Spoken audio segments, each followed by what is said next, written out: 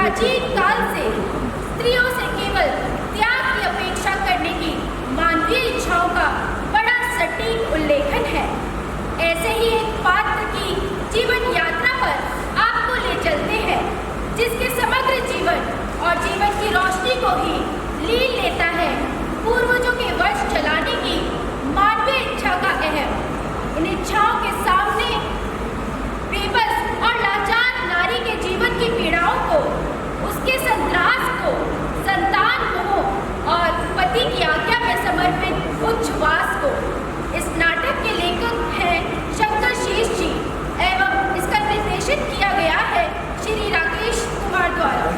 तो लीजिए साहिबान, पेश है नाटक गांधारी गांधारी।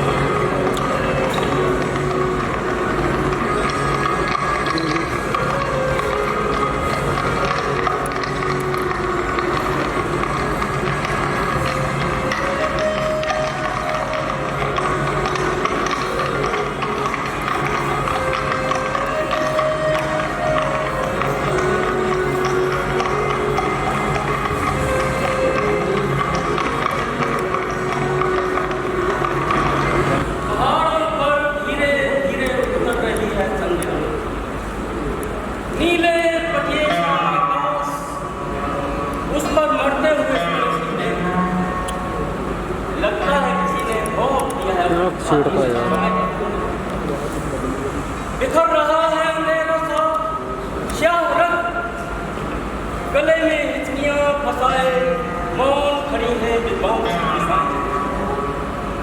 फिर भी चल रहे हैं, साथ हैं कितने ही घोड़े, कितने ही सैनिक और ना जाने कितना साथ चला। आखिर क्यों चल रहे हैं हम? कोई जरूरत थी? सच्चाई जानने के बाद भी कंधे पर एक झूठ क्यों ढो रहे हैं हम? सुनो सुनो सुनो, आरे बीच का दे, हीर दिए जाए, लगा दिए जाए शिविर। आज रात्रि यही पड़ा होगा। आरे बीच किया बेटा, पागल हो।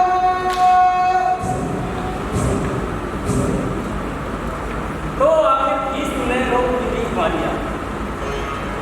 अच्छा है, समझ में आया था भीष्म के जीवन में भी कहीं भावना का ग्राम है। वैसे यात्रा ना रुकती तो ही ठीक होता। यात्रा रुकी नहीं कि मेरी अड़चन बढ़ी।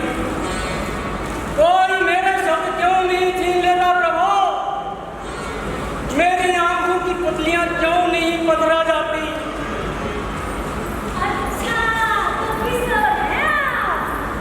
हाँ, बस ऐसे ही सांझ की सुंदरता देखी जा रही है क्या? कुछ ना कुछ तो देखते रहना होगा राजकुमारी। यानी सुंदर को सुंदर कहने के लिए तुम तैयार थी? आपके लिए स्वाभाविक है, और तुम्हारे लिए क्यों नहीं? क्योंकि मैं समझता हूँ चीज की खूबसूरती चीज में नहीं, देखने वालों की आंख और उससे ज्यादा मजा स्थिति में होती है। वाह, तुम कितनी जल्दी हर बात को सिद्धांत में बदल देते हो। आदत जो ठहरी राजकुमारी। ये भी कोई आदत है? पूरे रास्ते में मंदिर, अभी भी वही काशी। ऐसा क्यों? हर सवाल के उत्तर में कौन आना चाहते हैं आप? यह आदत आपको महंगी पड़ सकती है। खैर जाने दीजिए, अपनी गड़बड़ से आपका मन क्यों सीखा? इतनी उदारता मेरे लिए क्यों? क्योंकि आपके मन में घूम रहा है इस समय सपनों का एक पहाड़ी दृश्य। वहाँ झड़ रहे हैं पारिजात के फूल। बात क्या है? कांटों से सीधा पारिजात का चला। सांझ की ओर देखिए ना। ये भी इस सवाल का उत्तर करता है। कुछ न कुछ छिपा सकते हैं। शायद हर कोई यहाँ कुछ न कुछ छिपा रहा है। तो छिपाने दीजिए। आप हर चीज से बात करने की कोशिश करती ही क्यों?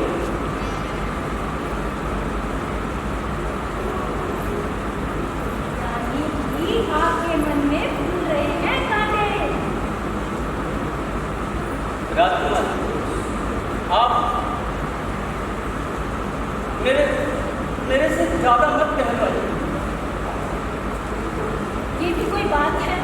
भीड़ से यात्रा है, उनकी इच्छा बस इतना ही। संध्या नहीं हो गई क्या? यानी कल सवेरे छूट जाएगा मेरा कंधा। ये पठान, ये उतार चढ़ा, अब हसनापुर वापस आगे बढ़ते। लो, आ गई ना मन की बात अब से बाहर। उस सिला को प्रणाम नहीं करो, शायद अंतिम प्रणाम। अंतिम क्यों? शायद ही तो कहा। यानी मैं लौट कर कभी मायके नहीं आऊंगी? ये सब मेरे नहीं है राजकुमारी, तो और किसके? भीष्म के। लीजिए, आपकी राशि आ गई, शिविर भी शायद तैयार हो गया। चलो आराम करो, मेरे तो हाथ पांव टूटते जा रहे हैं। ना जाने कितनी दूर है हस्तिनापुर। हस्तिनापुर जब आएगा तब आएगा, पहले तो श्री राम को प्रणाम करो। क्यों? मैं जो कहती हूँ, प्रणाम ही नहीं, अंतिम प्रणाम। अंतिम क्यों? भीष्म तो कहते हैं। भीष्म कहे चाहे कोई और, मुझे तो लौटना जाना है अपने कंधा। जाना तो मुझे भी है अपने मायके, लेकिन भीष्म ये अंतिम शब्द क्यों छोड़ दिया होगा? आदत, सिर्फ आदत। नहीं, भीष्म के शब्दों में कोई ना कोई संकेत जरूर है हमारी बात का। कोई संकेत वंकेत नहीं है, आप यूं ही दिल का ताड़ बना रही हैं। अब तो आपको केवल सोचना चाहिए धृतराष्ट्र के बारे में। आंखें बिछाए बैठे होंगे बेचारे। कुछ जो भी कर, ये गंधार क्यों नहीं आए? तो क्या हुआ? भीष्म आए, इतने सैनिक, साल संभाल। ये मेरे प्रश्न का उत्तर कहाँ है? स्वयंवर के मामले में मुझे ही अब बात करने की जरूरत क्या थी? स्वयंवर होता भी तो क्या फर्क पड़ता? धृतराष्ट्र को छोड़कर कहा ना तो चुप है। उससे मेरा अधिकार क्यों छीना गया? दूसरी कन्या की तरह मेरा भी मन था कि वह मचलते हुए अस्त्र आएंगे, भुजाओं से झुका देंगे हवा। लेकिन ऐसा कुछ भी नहीं हुआ। उल्टा मुझे डोली में बिठाकर ले जाया जा रहा है। ऐसा क्यों? धीरे धीरे धृतराष्ट्र की आंखों में ही नजर आने लगेगा तुम्हें अपना संसार। चलो, शिविर में तैयार हो गया है।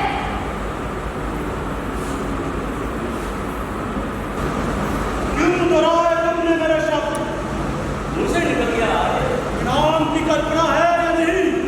है तो और उसके बाद भी सच्चाई छिपा कर पाएंगे आज नहीं तो कल नहीं तो परसों। लेकिन कल के लिए आज नारा क्यों कर रहे हो तुम? खैर, अंतिम परिणाम सबका असर क्या होगा उस पर? वो चौंक है यार, यानी घबराइए नहीं, सच्चाई का आवाज तक नहीं है उसे। पर यह हिंदी नहीं है क्या? क्या है ये मैं भी नहीं जानता। अगर व्याख्या जरूरी है तो इसे राजनीति कहो। वैसे भी इस विवाह में ना तो महत्व है इस लड़की का और ना ही धृतराष्ट्र का। इसके बाद की विवाह तो औरों का उत्तराधिकारी नहीं चाहिए क्या? और उसके लिए चाहिए 2 शरीर और एक कर्मकांड। शायद एक संदेह अब समझा, हस्तिनापुर से इतनी दूर की कन्या क्यों चुना? दूसरा कोई चारा ही नहीं था संजय। पिछली घटनाओं को तुम इतनी भूल कैसे जाते हैं आप? अम्बा का साथ